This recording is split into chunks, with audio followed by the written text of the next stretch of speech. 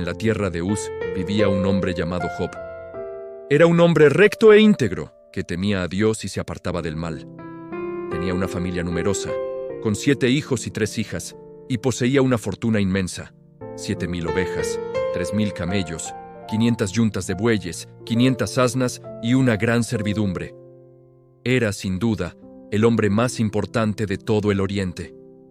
Sus hijos solían celebrar banquetes en sus casas, por turnos, e invitaban a sus hermanas.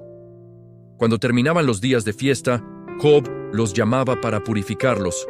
Se levantaba de madrugada y ofrecía sacrificios por cada uno de ellos, pensando: quizás mis hijos hayan pecado y ofendido a Dios en su corazón.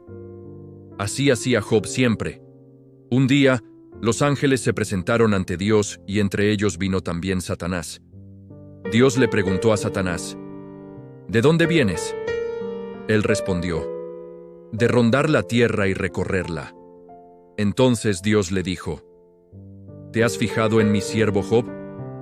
No hay nadie en la tierra como él, un hombre íntegro y recto, temeroso de Dios y apartado del mal. Satanás replicó: ¿acaso Job teme a Dios de balde? ¿No lo has protegido a él, a su familia y todo lo que tiene? Has bendecido la obra de sus manos y sus posesiones han aumentado. Pero extiende tu mano y toca todo lo que posee, y verás si no te maldice en tu propia cara.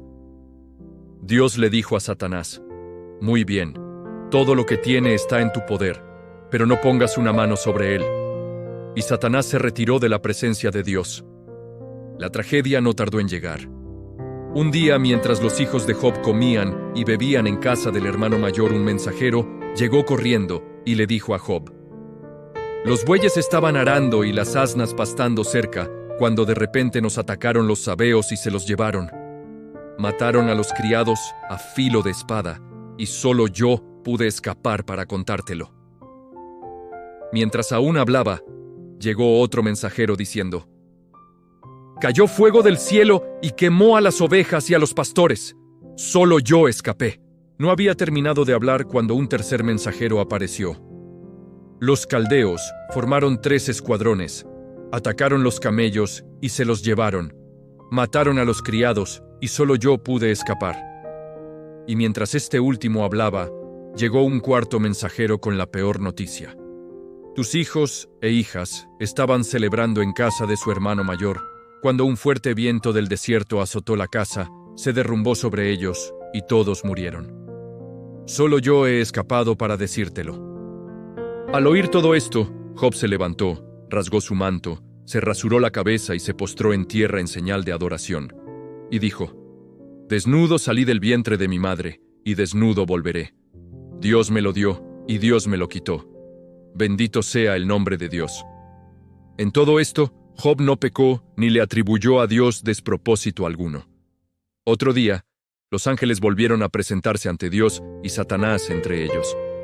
Dios volvió a preguntarle: ¿te has fijado en mi siervo Job?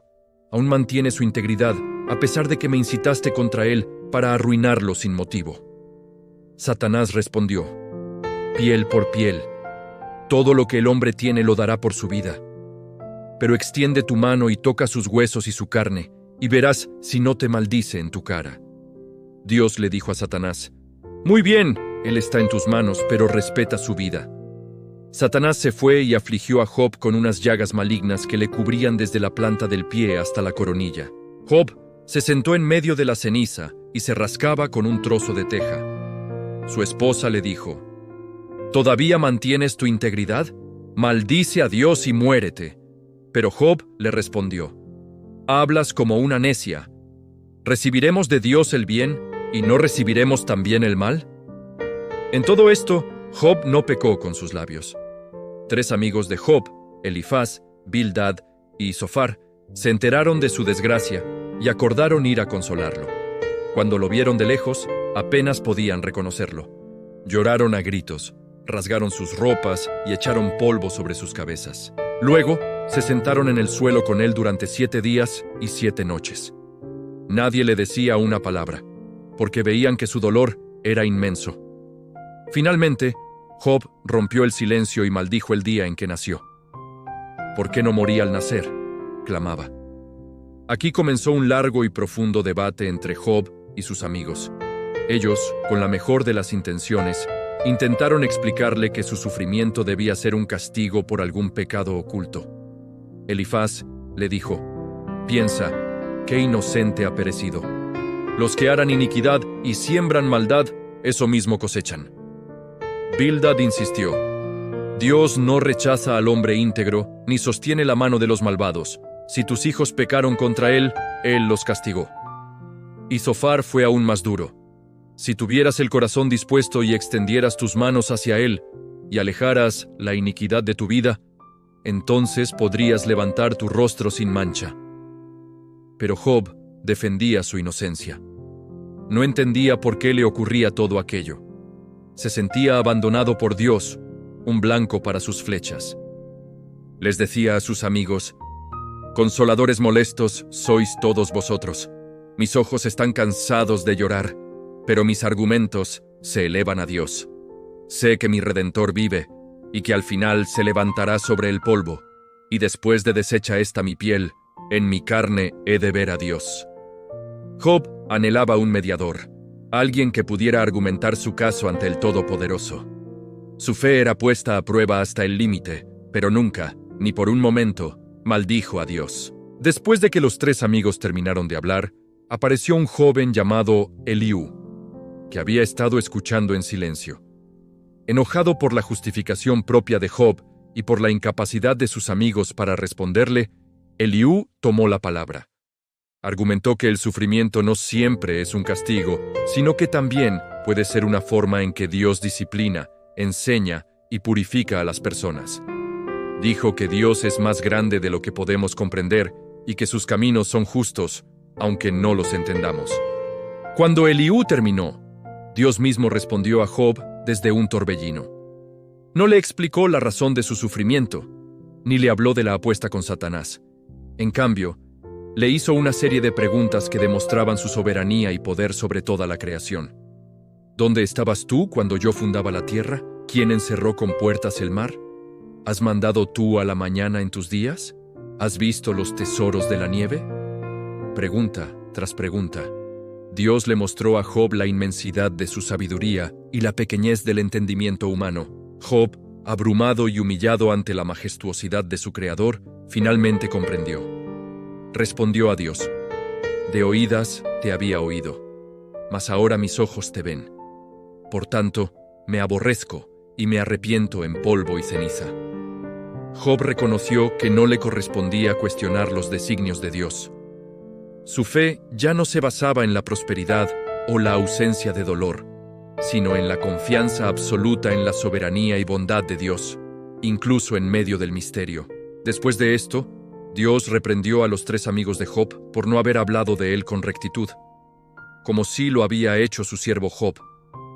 Les ordenó que ofrecieran un sacrificio y que Job orara por ellos, porque aceptaría su oración.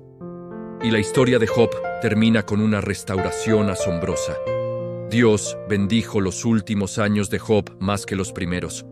Le dio el doble de todo lo que había tenido antes: 14,000 ovejas, 6,000 camellos, 1,000 yuntas de bueyes y 1,000 asnas. También le dio otros 7 hijos y 3 hijas. Y las hijas de Job eran las mujeres más hermosas de toda la tierra. Y su padre les dio herencia entre sus hermanos. Después de esto, Job vivió 140 años más, y vio a sus hijos, y a los hijos de sus hijos, hasta la 4ª generación. Murió anciano y lleno de días.